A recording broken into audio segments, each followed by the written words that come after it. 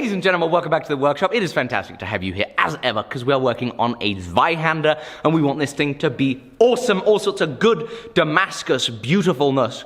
And so the first step today is Will is going to be continuing to build up the stack of steel that is going to eventually make our Damascus mosaic pattern. Before we get into that though, let's thank today's sponsor, and that is you. And all you fine people that support what it is that we do by buying the products that we have on the Alec Steele Co. website. And so we are hugely grateful to you. On our site, you can find abrasives, medical gear, personal protective equipment, and even some rather cool t-shirts just like this. So check it out, alecsteelco.com. Link is always down below, and we're so grateful for your support.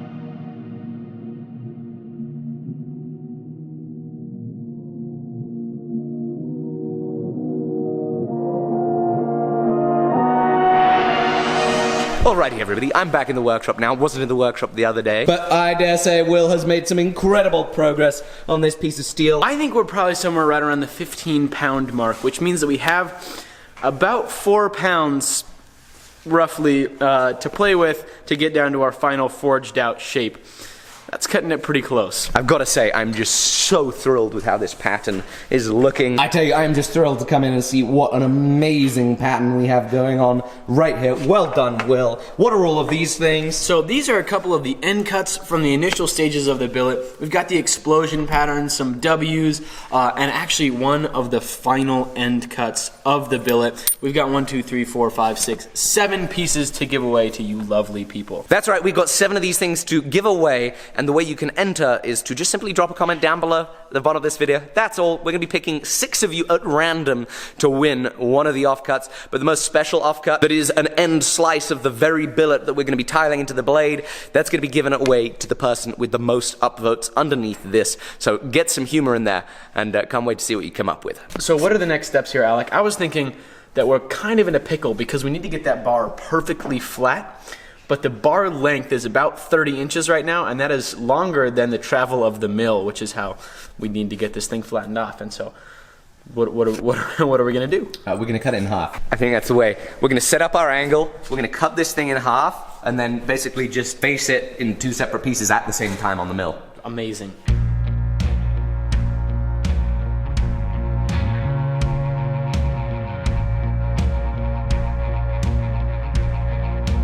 So while Will works on the milling of the pieces, I'm going to crack on with the guard work that I started in the last episode. this is the big old chunk of metal that we're going to use for it. Forge is now hot, so in a few moments we're going to be good to start forging. And we have another special guest in the workshop today. And isn't she just a cutie? Isn't she just such a cutie? Hey, how you doing, pup? We can take a moment to have some fun with the dog.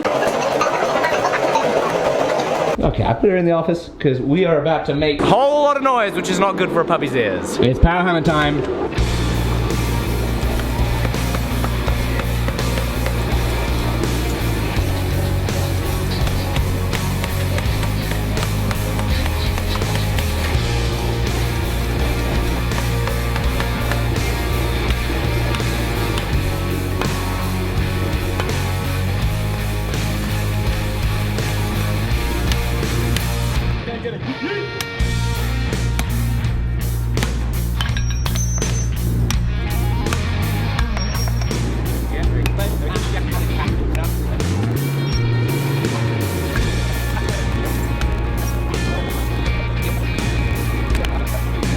Okay, this is as far as I've got forging out this guard. A little skeptical about how well it's gonna turn out. I want to put some more thought into it. Will, how's it going? It is going superbly. We have 2 very, very square bars of Damascus. Outstanding. Yes. Very good. So the next step is going to be cutting this and making a whole load of slices for our tiles. Now we just put those slices wherever. It's not precise at all. It's extremely precise. It's extremely precise.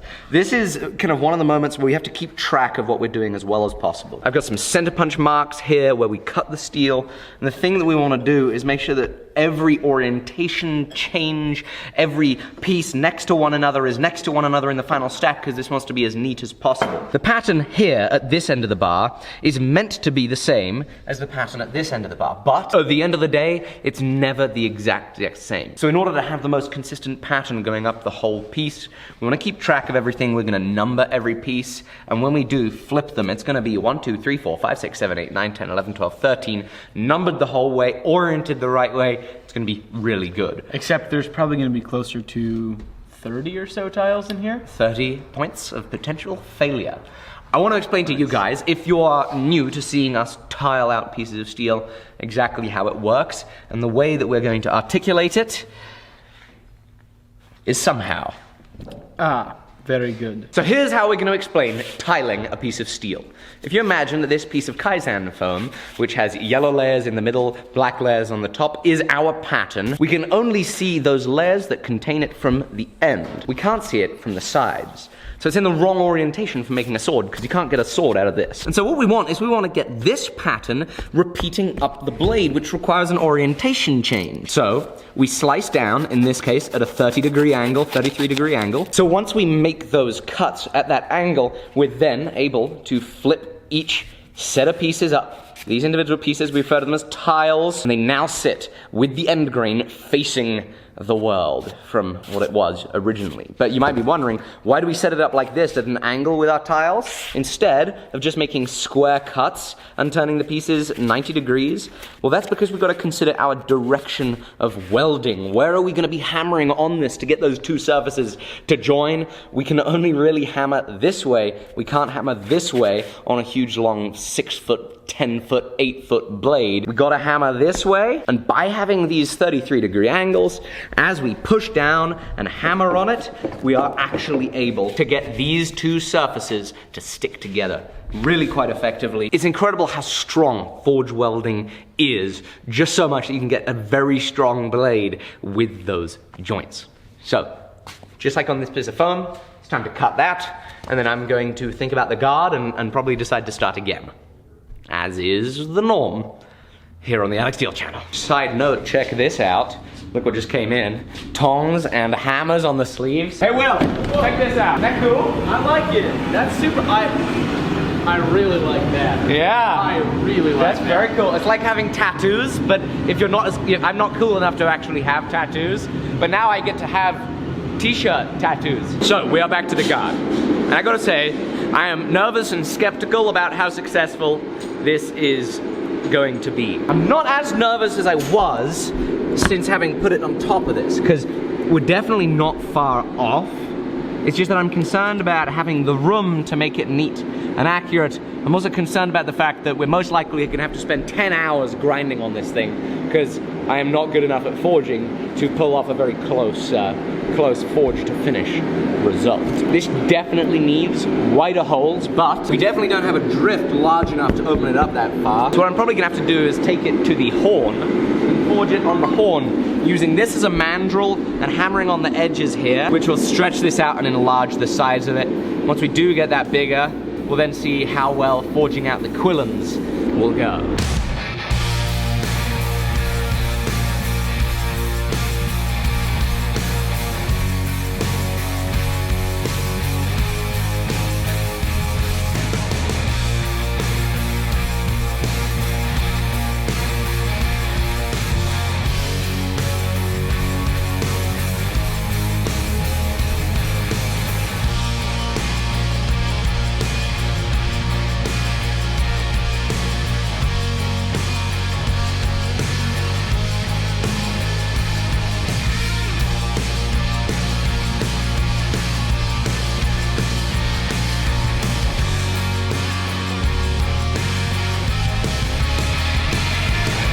So as you can see, we've moved on to using the horn to open up these holes. It's actually working really well, getting Will to gently strike on there. Open it up, we need another 1/2 inch to 1 inch of inner diameter. So we're gonna keep working on this. Sadly though, we're running out of propane. When you start running out of propane in those tanks, that temperature drops and it is no fun.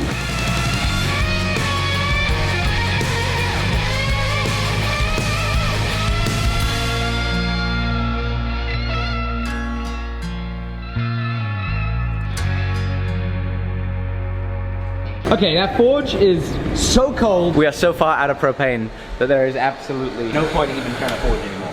So, forge is getting turned off. To be perfectly honest, I feel like an utter failure. This looks terrible, and I don't know if it's salvageable. The problem that I'm encountering now is we need an oval hole, but At the bottom here, it's still mimicking the radius of the drift that we used to make those holes open in the first place.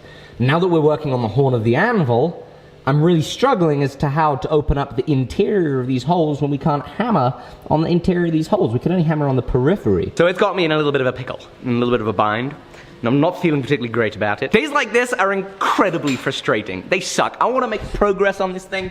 I don't want to be stalled by my own poor craftsmanship. And the only thing that I'm really doing right now is just trying to remind myself that when this project is done, it's going to be awesome. And I know it's going to be awesome. It's just a matter of time.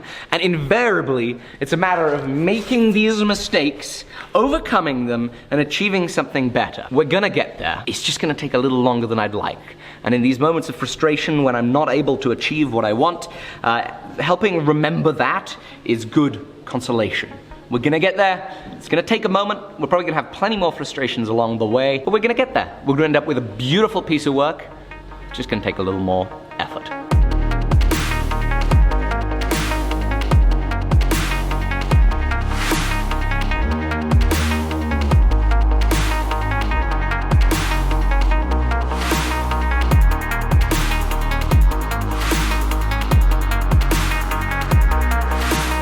It took a day of bandsaw cutting, but where are we? We are at 36 whole pieces. Now, that is a ridiculous amount of pieces. I'm gonna go into the grinding room now, deburr them all, get them ready for TIG welding, and then we'll just, you know, throw them in the fire and slap them together, easy peasy. Right, so it's a new day. I want to give one more thing a shot here. These holes aren't opened up properly as it stands, but maybe if I put it on the horn like this and then hammer here, I can open them up the way they need to be. So give it a few more minutes to try.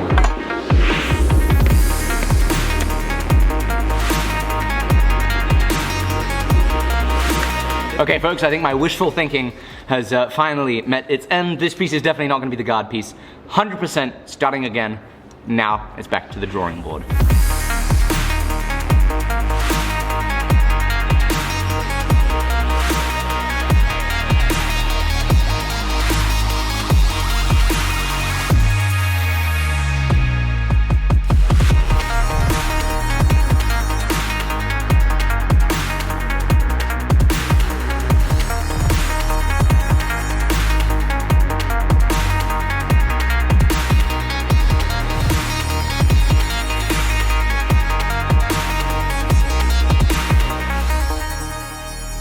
Alrighty folks, so here's where we're at. We are now into the afternoon of this day here. Will is still welding. I jumped in a little bit there, but he is doing the brunt of it, and let me tell you, it takes so much time to work on these Mosaic Damascus projects especially. When it is just so much steel. Now what you have seen me do is make this. This is a ball swage. I've never made a ball swage, and I should also explain what a ball swage is. Should explain what a swage is. A swage, S-W-A-G-E, it's some sort of blacksmithing tool used to form a particular shape. You know, it's not a mold, but it generally implies you're going to form a specific impression. This is a swage block, and these would be called little swages all around the outside. And so what you saw me do is take to the lathe, And I made ourselves a little ball there. We took some steel, made ourselves a little spring, and forged the ball into the swage. the reason for it is I decided that I'm going to be making this guard in 3 parts. 1 central part and 2 parts either side here for the loops, which are going to be individually forged out, straight pieces of steel, which will then be bent and then attached either by silver soldering, brazing, or whatever. But it's going to be made out of individual pieces. I'm not going to try forging it out of one part. But what I want to do now, before I start forging on those little balls that need to be on the guard, is I'm going to try forging them with this ball swage and see if the tool works as I intended. Here's some 3/4 inch round. Turn that on and turn on the hammer.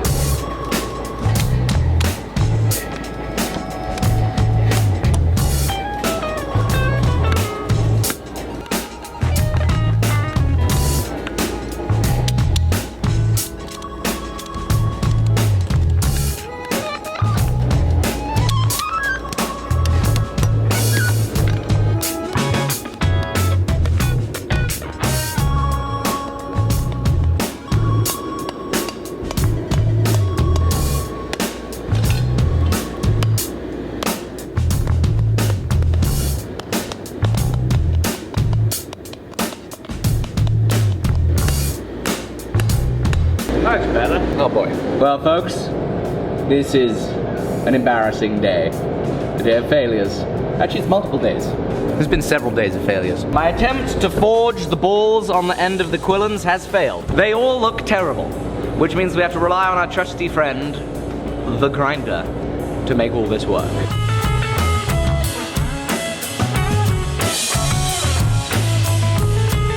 Okay, folks, we're gonna call it there for an episode. This is where Will is. This is completely welded together, sealed up, ready to throw in the forge and forge weld. My day has not been very, my days have not been very successful, and so I'm going to get punished with a demonstration of something that Will learnt yesterday evening. So, you wanna tell them real fast what you're doing? Sure, so I'm taking my emergency medical technicians course, which is basically just the basic certification for being able to ride in an ambulance and help save people's lives. And part of the reason that I'm doing that is because as I've been around dangerous machinery and stuff like that and been starting to carry medical equipment in my handy dandy ankle medical kit, I realized, you know what, I don't actually know how to use a lot of this stuff really well, and it's something that I think that since I have the time and resources to do right now, it's a good idea to take advantage of it. It's really, really cool, and I cannot wait to do it myself. I love seeking out knowledge. I think we're both very similar in that respect. We like seeking out knowledge, and you know, though that amount of knowledge is, you know, not what you need in everyday life, because it goes way beyond, you know, just like the basic of, you know, saving your or somebody else's life right there in that moment. Absolutely. And one of the things that I learned last night in class, we were talking about airways. The ABC is airway, breathing, circulation. It's the most important thing on a patient. And one of those things was learning how to administer a nasopharyngeal adjunct, which is basically your patient, their pharynx is closing up, which is where all of the air passes through in your body. Your pharynx is closing up, and you can't go in through the mouth because they have a gag reflex, so they'll vomit, and you don't want that, and so you gotta go in through the nose. And so one of the things that the ankle medical kit comes with, which by the way, when you buy it, it comes with the kit and the actual med pack. You can also buy each thing individually. Exactly. One of the things that it comes with is a nasopharyngeal airway. We're gonna end this video with an airway in my nose. Oh, a little Vaseline. It's medical KY jelly. Oh, it looks so nasty. Look at that. Oh, You ready? I'm not ready. I need a safe word. Ow! It's ow! Stop moving. We're gonna go ahead and try the other side then. Oh God, it's so painful. Stop moving your head back. I can't. I'm getting a thing shoved up my nose. Zach, go hold his head. Oh God! It was. Oh, no! I can't. Oh, sweet goodness! I can't. Oh God! That's the worst thing I've ever experienced in my life. So Alec apparently is not man enough to take a nasopharyngeal adjunct. That's something you might need a little bit of training to figure out how to use properly. We do have plenty of other medical gear that is just easy to use, easy to save a life with. We've got the Softy tourniquet. We've got our ankle medical kits that come with trauma dressings. I put a chest seal in mine. And the self-save kit is jam-packed full of other very handy life-saving equipment. So go ahead and check it out at Alec Steele Co. The link will be in the bio. Thanks for watching the episode. We'll see you on the next one.